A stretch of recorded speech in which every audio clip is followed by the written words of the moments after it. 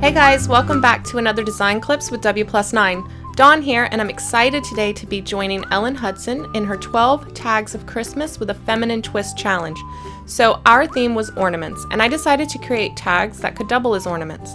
I'll be showing you how to use your fun foam and your dies to create this faux watercolor look, along with the Heidi Swap Minc mini machine and toner pen to add your own custom foil accents. So I'm going to start by getting the basics of my die cutting out of the way. I'm working on the Tim Holtz Distress watercolor cardstock here, and I have just a cheap piece of craft foam here, and from that I will be cutting the Under the Mistletoe die, and that's what we're going to be using as our stamp. Now the base of our tags are all going to be using the Anastasia tag die, also from W+9, and this has several layers, but we just need this one base layer. Now each of my tag designs are slightly different, but they all use the same base layer. So I'm going to cut this one several times from the watercolor cardstock. And you can use any round die that you have in your stash, but I particularly like this one because it's nice and big and it's got that stitch detail. And now I'm going to cut the Under the Mistletoe die from a piece of fun foam. Now I can use this several times, so I only need to cut one. I'm actually going to end up coloring onto this with our Distress ink, wetting it, and then using it like a stamp. So you could do this with any of your more intricate dies. I think it'd be fun to try with some of your word dies to get watercolored words. To turn this into a stamp, I'm going to temporarily adhere it to an acrylic block, and for that I'm using some Tombow removable adhesive. Now this die cut is straight, and I want it to be slightly curved, and foam is very flexible. So all I have to do is lay it on my project, pick it up with my block, and then tweak it and make any adjustments that I need to. That removable adhesive is going to hold it in place. And then I can just further curve it or do whatever I need to do to get it to fit my project just right. So you'll notice that our images are multicolored, and that's easy to achieve if we ink this up now using markers. This way we only have to ink it and stamp it once. So I'm just going to start inking this up using some Tim Holtz Distress ink markers. Now you could use any water-based marker that you have on hand. The Stampin' Up! Or Tombows would work just great. Now another really great thing about using these fun foam stamps is that the foam is absorbent, so it's going to hold a lot of that ink, which means we have to re-ink it less often. We can get multiple impressions out of this. And this is very similar to techniques that I've shown you in the past where we color directly into our stamps. The only difference is going to be that we're going to add the water before we stamp it. So now you can see here that I'm coloring in my berries, and because we're using the markers, I'm able to just get it into the shape of the berries. And I want to get those beautiful blends of color that watercolor is so known for. So I'm adding some green directly on top of that blue, and this is going to give me beautiful blends of green, blue, and turquoise. For a little more control, I'm going to be using a paintbrush to add my water. Because this is that foam, it is absorbent, so if I were to just spray it with a spray bottle, it could capture too much water. This way I'm able to control how much water I'm adding to it. I don't want my image to be a big blob. So I'll clean my brush between each color and then just add a little bit of water to the image itself. Again, just enough to get that pigment and color moving together. And now we can pick this up and use it just like a stamp. Now remember, this is that fun foam, so it's kind of squishy, and the harder you push, the less defined your image is going to be. So here you can see I pushed pretty firmly at the top, and then I'll push a little less firmly here at the bottom, and my image at the bottom is a little crisper. It's totally up to you and what you prefer. They both look great because we're going for that loose watercolor look. And we're going to be adding our own detail of foiling over top of this at the end, so here it really doesn't matter. But just keep that in mind if you're using your fun foam as a stamp. And like I said, these hold a lot of ink, so I really only have to add a little bit more here and there, and then I can get several more impressions out of this stamp.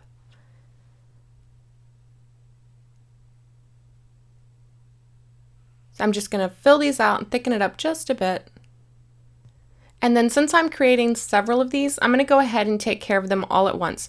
That way they're all dry at the same time and they're all ready to move on to the next step, which is adding our foiling. And for that, we'll be using the Heidi Swap Minc toner pen. Now this is toner ink inside of a pen with a, I wouldn't call it a bullet nib. It's more like those nibs that are on, your regular paint markers. You want to shake it up really well, and then you want to depress the tip to make sure that the ink is flowing and it's nice and juicy. So I like to do that over on a scratch piece of paper. And then we can come in and start adding our own detail. So what I'm going to do is I'm going to follow the lines of the image. I'm not going to try to completely trace this. I'm going to keep the motion very fluid, very loose, and I'm just using the image that has been transferred as a guide.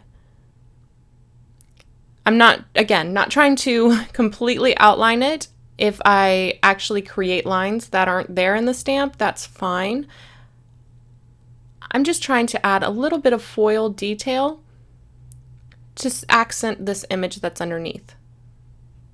And everywhere I add this black toner, the foil is going to transfer too. So I don't want to overdo it.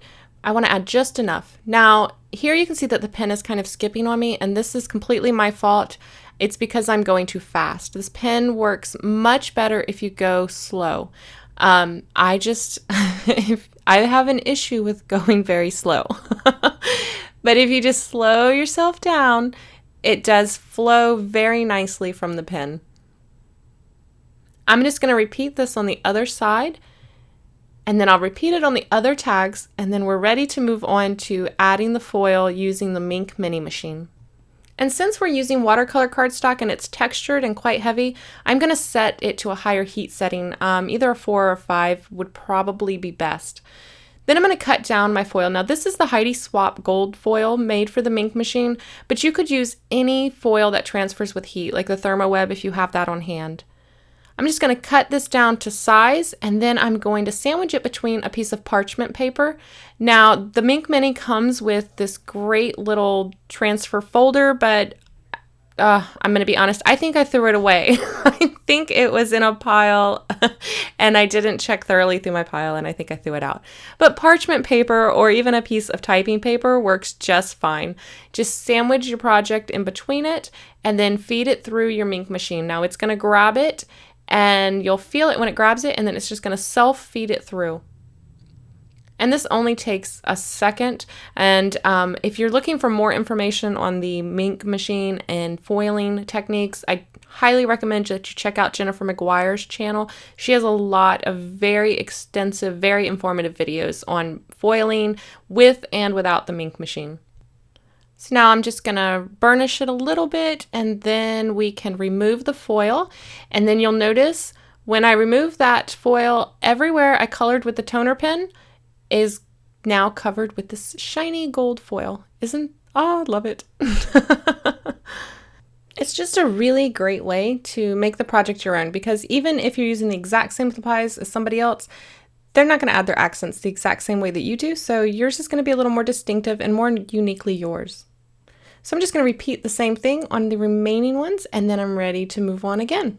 And there are several different possibilities that you could create starting with that same basic design. So like I said, I did 4. So for this one, what I did was I started by gluing 2 more base layers of that Anastasia tag die together. I wanted a very stable base for this ornament. So by adding those 2 layers together, it actually gave it a much thicker foundation.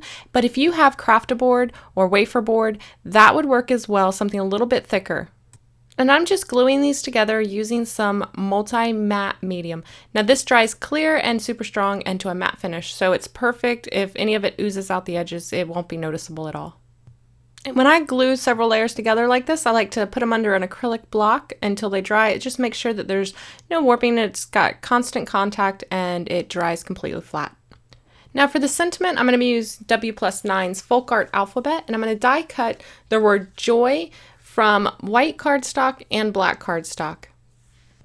And then again, I'm going to glue those 2 together using the multi-matte medium, offsetting the black just a little so that it looks like a drop shadow. I wanted to cut a circle out of the front of that watercolored panel to inset my joy sentiment. So I'm using the circle from our Clear Cut Stacker Circles dies, and I'm just centering that up and then cutting that out. And then to create a little depth and dimension between the front panel and the back panel, I cut another with the exact same circle from Fun Foam, and I'll wedge that in between the 2 layers. And to adhere them, I'll use that exact same adhesive, smear it around with my finger, and then I'll put it under an acrylic block to dry, just like I did with the others.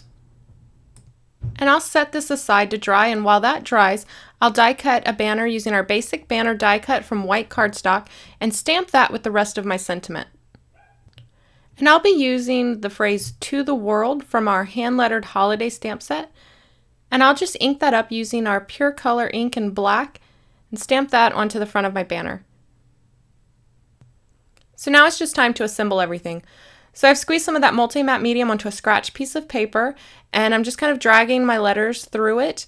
And then I'm using my EK Success craft tweezers to assist me in getting my letters down. I want to make sure that they're nice and straight, because if they're all wonky, you'll definitely be able to tell because we have a banner sitting underneath it and it creates a visual straight edge. So definitely want to make sure they're straight. One of the things I really like about these particular letters is they have those little points on the center of the letters. So it makes it easy. It's very easy to line these up. You just line up the points from letter to letter and you'll know that they're straight. And if these are going to be ornaments, you'll need something to hang them from. So I've used some pretty pink posh twine. I've just threaded that through and then tied a little knot at the end. So now you can just hang it from your gift and then from your tree. Now, like I mentioned, there are several different ways you could finish off this design. Here's a much simpler option using the exact same sets. I just simply stamped the joy from the hand-lettered holiday stamp set and then added the banner on top of that. And in this one, I did all of my stamping directly onto that front panel and then die cut a circle out of the middle and then put a circle fun foam die cut underneath that to pop up that joy. And now the words continue on the top level and the bottom level. So it's still simple, but adds just that little bit of detail that sets it apart. And then finally on this one, again, we used the same basic layout. I used the foam die cut circle, popped it up, and then used some foil die cut letters this time along with our "To the World" banner. So there you have 4 ornament tags, all using the same basic design and supplies.